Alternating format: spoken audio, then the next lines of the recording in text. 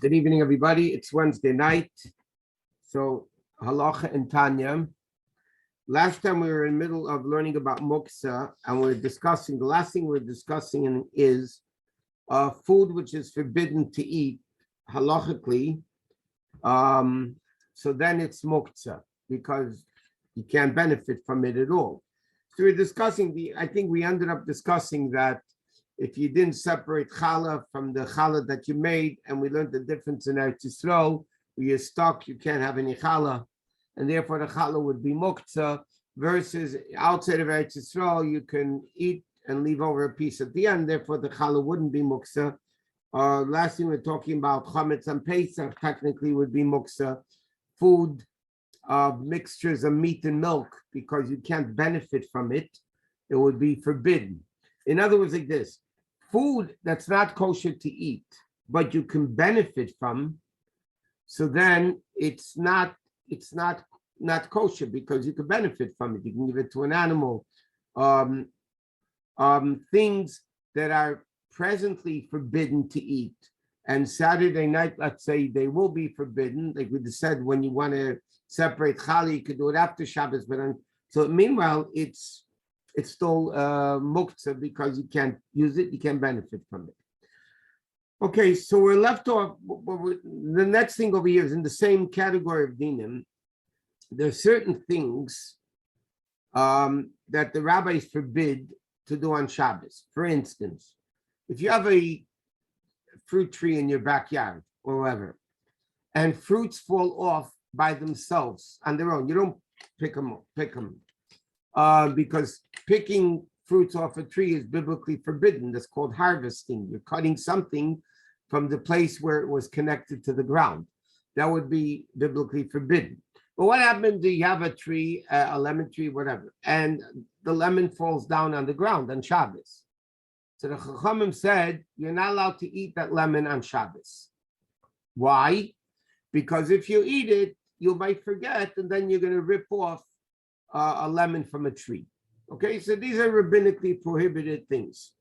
So therefore, if a fruit, let's say, fell off a tree on Shabbos, so you don't want it to stay there on the ground, the squirrels will eat it, whatever, you want to bring it into the house, you're not allowed to, because the fact that you're not allowed to eat it on Shabbos, after Shabbos, you're allowed to eat it. But the fact that you're not allowed to eat it on Shabbos makes it muktzeh, because you can't benefit, you can't do anything, it's made to eat, and you're not going to be eating it. So therefore, it's muktzeh. Sometimes you have another situation where you have a very nice neighbor. Oh, by the way, I'm sorry.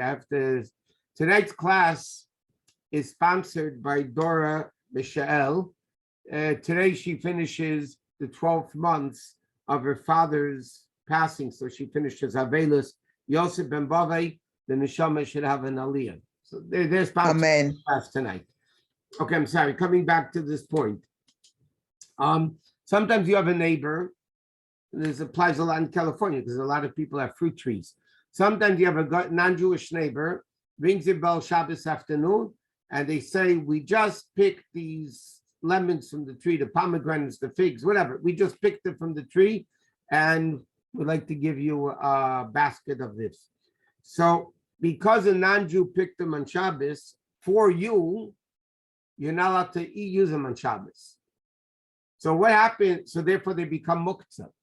So if a non-Jew, let's say a neighbor of yours, brings a basket of fruit that they picked that day on Shabbos to your house, you have to tell them, thank you very much. Can you please put it down?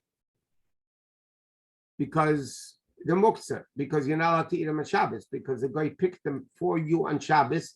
A guy did a prohibited malacha on Shabbos, which is forbidden, and therefore you can't benefit from it.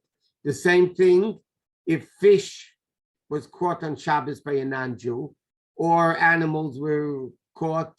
A cow, the milk of a cow, if somebody milked a cow on Shabbos, you're not allowed to use that milk, because it's the malacha of dash, which is threshing, which is actually extracting liquid from a place where it was in. That's why you can't squeeze fruits and vegetables on Shabbos. So the only reason why a cow is allowed to be milked on Shabbos is because of pain. if the udder gets full, the cow's in pain. So the Chachamim allowed somebody to milk a cow on Shabbos, but the milk has to go to waste. You can't use that milk on Shabbos. So if somebody brought you fresh milk on Shabbos or fresh eggs, that they, again, today doesn't apply so much to nowadays, but if a guy brings you eggs that were laid that day, so then it's forbidden to benefit on Shabbos, so therefore the muktzeh. The same thing, juice that came out of fruits, flowed out of fruits by themselves. Nobody squeezed the fruit. Whatever it was something laying on top of fruits, and the fruits had juice flowing from it on Shabbos. Again, all these things are not allowed to be used on Shabbos, so therefore they would be muktzeh. Okay, so that's these things. Now, we discussed a while ago about if you have a new dish, is somebody allowed to immerse them in a mikveh on Shabbos? Okay, and we discussed that according to it's an argument in halacha, if you could immerse new dishes that need to be immersed in a mikveh on Shabbos, the halacha is that it can't. You cannot table kalim in a mikveh. Why? Because according to those opinions, immersing kalim dishes in a mikveh is biblically, it's an obligation biblically, and therefore by you putting a vessel in a mikveh, then you're making it from non-usable, you're making it usable. So you're fixing it, basically. It wasn't usable, and now you're making it usable. So that's fixing something of Shabbos, which is rabbinically forbidden. But nevertheless, what happens if I have a brand new pan, a brand new dish? It's not muktzeh on Shabbos. I can't use it. You could use it. You're just not allowed to use it for food. But if I have an empty bowl that needs to go to the mikveh, and I didn't bring it to the mikveh, I could put non-food items. I could put the mail in it. I could put whatever. So therefore, because it's usable, it's not muktzeh. I can't use it for food because I'm not allowed to put food in a utensil that wasn't taken to the mikveh. But if I don't put food into it, then it's not a problem. So therefore, that would not be muktzeh. The same thing, a utensil that became trace. Let's say by mistake, a Friday or whatever, somebody cooked milk in a meat in a milk pot, whatever, and the pot is trace. And you didn't have a chance to kosher it before Shabbos. So now that pot, even though you can't use it for food because it's straight from meat and milk together, but it's not muktzeh. Why? Because you can put something in there that's not, or something cold. You can feed an animal in that pan. You could put paper clips in that pan. So again, it wouldn't be muktzeh because it's still usable. The other fruits that fell off a tree and eggs that were laid, that they're made to eat and you can't eat them. But dishes are used not only for food, they're used for other things also. So therefore, it wouldn't be considered muktzeh, and therefore you would be allowed to move them on Shabbos for any reason because dishes are not muktzeh. So all these things, again, if you're not allowed to use it on Shabbos, then it's muktzeh. Let's say somebody, what happens? Somebody makes a vow that they're not going to use an item or they're not going to eat this food. Person makes a vow, I'm not going to eat chicken. I'm not going to eat whatever. Or he makes a vow that this utensil I will not use. So be the fact that it's usable for others, so it's not muktzeh, even for him. If he forbids it for everybody to use, he says nobody's allowed to use that pan, then it is muktzeh because nobody can use it. Okay? Okay, now, the next thing, and again, next week in Muktzeh Shem, somebody has to talk about animals. If they're muktzeh, generally speaking, animals are muktzeh on Shabbos, but there's a lot of details in that, so we'll leave it in Muktzeh Shem for next week. Okay, the next thing, which is a category, which is the same category of muktzeh, things which are completely muktzeh. Okay? Things that you're not allowed to use on Shabbos. For instance, things that you're not allowed to read on Shabbos. There are a lot of things that halachically you're not allowed to read in Shabbos. Maybe some people don't want to hear it, but we're going to learn it anyway. And you can always say that you tuned out and you didn't hear it. Okay, the Chachamim said, based on the pasuk in Yeshaya, the Daber Davar, the Gemara learns you're not allowed to do business on Shabbos like you do during the week. You're not allowed to do business on Shabbos. In addition to the reason, because when you do business, you write. And if you're doing business, you might forget it Shabbos and you're going to write. Besides that, it's not what's called V'daber Davar. It's not in the spirit of Shabbos. Shabbos is a different day. You don't do business on Shabbos.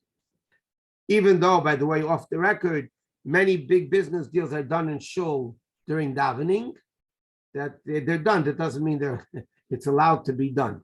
But again, you can't do business on Shabbos. So therefore, the Chachamim came along and they made a gzeira against what's called Shtari Hadyetis. Shtari Hadyetis means private contracts. Okay? In other words, you can't read contracts or any type of writing similar to contracts. Okay? Now we're going to discuss certain things that Chachamim said you're not allowed to read on Shabbos.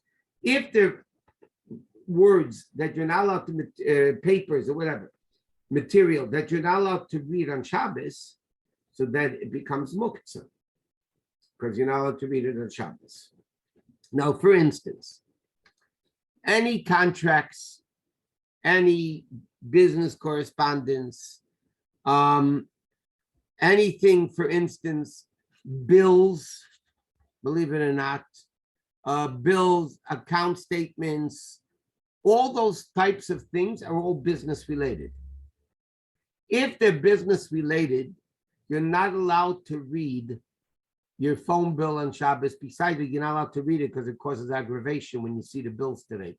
But besides that, bills are not allowed to be read on Shabbos. Anything that has to do with contracts, rental contracts, deeds. And by the way, it doesn't matter what you're written in Hebrew, English, it doesn't matter what language it's written in. Any business contract is considered muktzeh, okay? And therefore, you wouldn't be allowed to read them on Shabbos, and therefore they're muktzeh. Now, for instance, there used to be something called the Sears catalog, okay? Sears catalog, Oliver Shalom, I think it is, but they used to send out the catalog and people used to look at the merchandise and then buy it. Then it didn't exist online, but people would see what to buy in the stores. So reading all those types of things,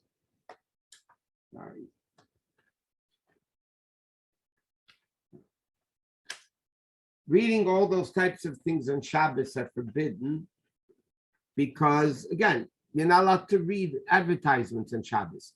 And halacha is very strict, by the way. If you get, I'll give you an example. A newspaper like the Wall Street Journal, many people are you're not allowed to read newspapers on Shabbos. But we'll come into that later. But newspapers that deal with business, anything that deals with business, you're not allowed to read on Shabbos. If you're not allowed to read it on Shabbos, it's muktzeh. That means, let's say, for argument's sake, you get the Wall Street Journal delivered to your house, and it comes into the mailbox, you're not allowed to pick it up and move it away because it's muktzeh, because you're not allowed to read the Wall Street Journal. It's all business.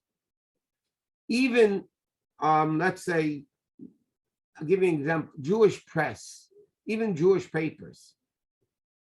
So Poskim talk a lot about this. Any advertisement in the paper, you're not allowed to read on Shabbos, because that's business. Now, some poskim want to say, what happens if I get it like a Sears catalog, and I'm not interested in buying anything. I just like to go through the pages and look at the pictures or, things like that. So then the question would be, for instance, can I go window shopping on Shabbos? We live in Beverly Hills, for instance. Is somebody allowed to take a walk down the Rodeo Drive? Not that they're planning to buy anything, not that they have the money to buy anything, but are they allowed to walk Shabbos afternoon down Rodeo Drive just to look at the stores to see what's going on? So many poskim say that you could because your intent is not to buy. You're not even thinking about buying it. You're just looking at its interest, things. You're asking, shouldn't even think about business, worldly things on Shabbos? Yeah, but that's a lofty level. That's the way it's supposed to be, not the way it is. But anything, for instance, that mail catalogs, all that, which are primarily used for business. So, by the way, that's a Kli SheMelachto LeIsser. Okay, to give you another example for this, there's something called the phone book. Okay, it's also Oliver Shalom. But they used to have the big in the big city, the big fat phone books. Now, it's called the phone book. What was the purpose of the phone book? To find phone numbers. Now, phone numbers, you're not allowed to call on Shabbos. So therefore, that phone book, we discussed this a little bit, is what's called a keli. You're not allowed to look at numbers in a phone book because it's business, something you're not allowed to do on Shabbos. But it's a Kli SheMelachto LeIsser. It's the Muktzeh that of something that which is forbidden to use. So let's say you want to find an address in a phone book. Let's say you want to go visit your friend on Shabbos and you don't know their address. Okay, so years ago you had a phone book. So you took the phone book not to look at the phone number because you're not going to call them anyway on Shabbos. You're looking in the phone book to get their address. That would be allowed because it's called Seirach Gufen. You want to do something permissible with the phone book. But the phone book is forbidden to read on Shabbos. If somebody, it's a crazy scenario, but what happens? You're bored and you want to memorize phone numbers. Okay? Or you want to see on Shabbos what somebody's phone number is for after Shabbos. Okay? You have a phone book at your convenience on Shabbos, and you're not going to have it later, and you have a good head, and you'll remember the phone number. I want to look up the phone number on Shabbos for after Shabbos. So there's two problems with that. Number one, you're looking at a phone book, which is forbidden. You can't read phone numbers on Shabbos. It's study hadyatis, it's contracts, it's business related. Secondly, it's forbidden because you're preparing from Shabbos for the weekday, which is also forbidden. So you wouldn't be allowed to do that. But if I want to take a phone book to look up somebody's address, that I would be allowed to do. Or when you have a big phone book, people years ago used to use it as a booster seat for the kids. Kids, it's too low, so they would put, the kid would sit on the telephone book, rise him up a little bit, her up a little bit, and they would be able to eat better at the table. Or they wanted to reach something and they would step on the phone book just to reach, to get higher. All those things are Muktzeh on Shabbos. Another thing, everybody always gets in the mail advertising circulars and flyers. No, I said use it as a booster, you'd be allowed to. You would be allowed to use it as a Muktzeh because that's a good thing. But for instance, I'll give you an example. Supermarkets, everybody gets in the mail. You get these flyers from LA, Ralph's, Smart and Final, Pavilions, all these various different stores. Those circulars are business related. They are Muktzeh on Shabbos, which means technically if they fall on the floor, when they drop into the mailbox, you're not allowed to pick them up on Shabbos technically because they're Muktzeh. If they're Muktzeh, you can't move them. Or even if somebody just picked it up not knowing what it is and put it on the counter, where they put it, you have to leave it. They're Muktzeh, you can't move it for any reason whatsoever because nobody uses that today for... the Gemara says many times an interesting concept. The Gemara says paper was not, even though it wasn't not used anymore, but people would still use paper. The Gemara has an expression, lotzur al pitz luchuse, which literally means as a bottle cap. People used to use paper, they would roll it up. And in fact, the Gemara has a whole discussion many times. You find a contract in the street, you don't know it's a loan contract. Do you give it back to the lender? Do you give it back to the borrower? And the Gemara says he can't collect from it anyway. So then the Gemara says, why are you returning it? Why is there an issue who you're returning it to? So the Gemara says, whoever can use it for a bottle cap. So years ago, people used to use those things for bottle caps. Even then it was Muktzeh. But nowadays, papers, circulars, flyers, or sometimes you get from the real estate agents, you get from the real estate, they're just sold, they're just on the market and all that. That's all business. Anything that's related to business, you're not allowed to read on Shabbos. If you're not allowed to read it on Shabbos, it's Muktzeh. And the same thing with, we said, even if you're reading the Jewish press, and that's why some people say, as holy as it is, and all the great things in there, but you have to be very careful not to read advertisements because that's business related. Business related wouldn't be allowed. Even, for instance, anything, even if you take, let's say, a newspaper, there may be many opinions, by the way, in the Mishnah Berurah brings down that many poskim hold you're not allowed to read any newspaper on Shabbos. They write the Shvus Yaakov brings down this mamish muktzeh. But even if you're reading, not like he said, but people that say you're allowed to read newspapers on Shabbos, first of all, anything related to business you can. So you can't look at the stock market. You can't look at, I'm not joking about what I'm saying. You can't look at this brought down in Halacha. You can't look at the news because the news is depressing and it causes you depression on Shabbos, which is not a good thing. So again, people have to be careful. Stock market news and trade magazines, all these things that cannot be read on Shabbos.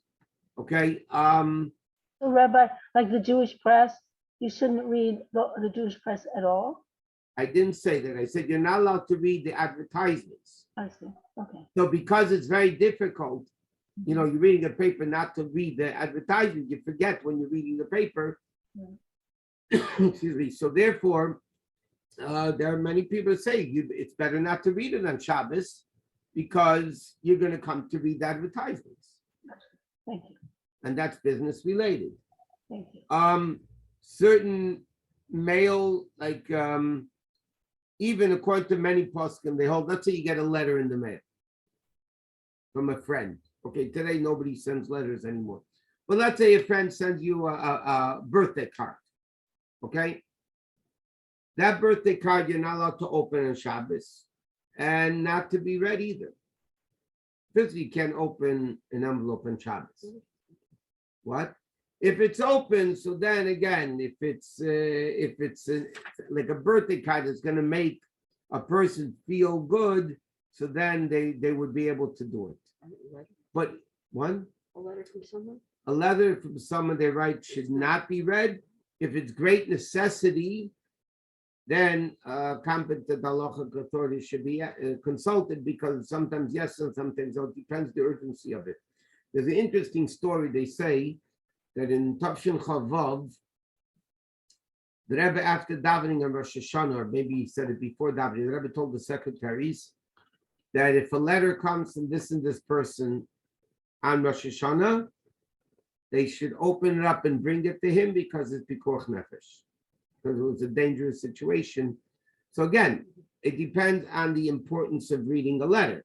If it's great necessity, you're right. According to present day age, personal correspondence, letters from friends which arrived either before or on Shabbat should not be read. If it's great necessities, then it could be read. Now, for instance, let's say books. People like to read books and novels and Shabbos. So let me tell you the way it is. Okay, books of fiction, mysteries, short stories may not be read on Shabbos.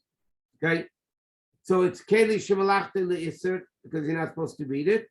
So therefore, you can only move them if you need the place or whatever. General halacha of reading novels. This is what I'm reading from the book. Regular secular novels that talk about love scenes and inappropriate things. They write generally is a halachic question if they should be read or not. But that's a separate issue that you need to ask your mashpi about that. Science books, for instance, like medical books, journals, chemistry books, many poskim hold you're allowed to read them on Shabbos. If you're allowed to read them on Shabbos, divrei chochmah as it's called, so then they're not muktzeh. Now, is that what a person should do on Shabbos? Reading these types of medical books and all that? Ideally, it's not in the spirit of Shabbos. And let me take it even a step further. What happens if somebody has a big medical exam on Monday? Okay, or not only medical, math test, whatever, any secular test during the week. And they want to study for it on Shabbos. Okay, they want to study for it on Shabbos. There's two halachic issues. Not saying if it happens, you can call it up and ask a shayla in a particular case. But generally speaking, you're doing two things wrong when you study for a test on Monday and you're studying it for it on Shabbos. Number one, you're studying secular wisdom, which is not in the spirit of Shabbos, okay? Secondly, which is a bigger halachic problem, and that is you're preparing on Shabbos for the weekday. You're not allowed to prepare on Shabbos for a weekday. Now, that doesn't apply, though, to Torah things. For instance, many kids in yeshiva have a test Sunday morning in the Gemara that they learned the previous week because they were hoping that would study over they would study over the weekend. So I'm allowed to study Torah on Shabbos, even though I'm studying exclusively for the test on Sunday. Why? Because learning Torah itself is a mitzvah. That itself is a mitzvah. Similar to what we learned, that you're allowed, if you have to stay up late on Saturday night, you're allowed to sleep on Shabbos afternoon. You're preparing for a Saturday night? No, because sleeping on Shabbos is enjoyable. What halacha says, you shouldn't say, though, I'm sleeping on Shabbos because I want to be up Saturday night. That you're not allowed to say. The same thing, but learning Torah itself is a mitzvah. So therefore, I'm not studying for something else. The studying itself is a mitzvah. When I study science, math, or any other, thing for a test during the week, that itself is not a mitzvah. So what am I doing? I'm doing it for after Shabbos, which is halachically forbidden. Now, if somebody has cases where they have certain issues, they need to ask a shayla.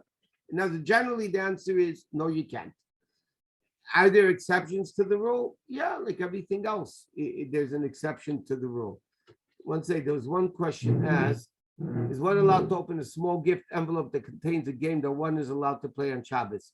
It's not such a simple thing because you have to know where it came from. When did it get to the city? Did it get to the city before Shabbos? Did it get to the city on Shabbos? If it came outside the boundaries and limitations of Shabbos, you can't read it on Shabbos. You can't use it on Shabbos. So the answer to your question is you need to ask it of in that particular situation. Okay, that's it for halacha now. We're going to go to Tanya.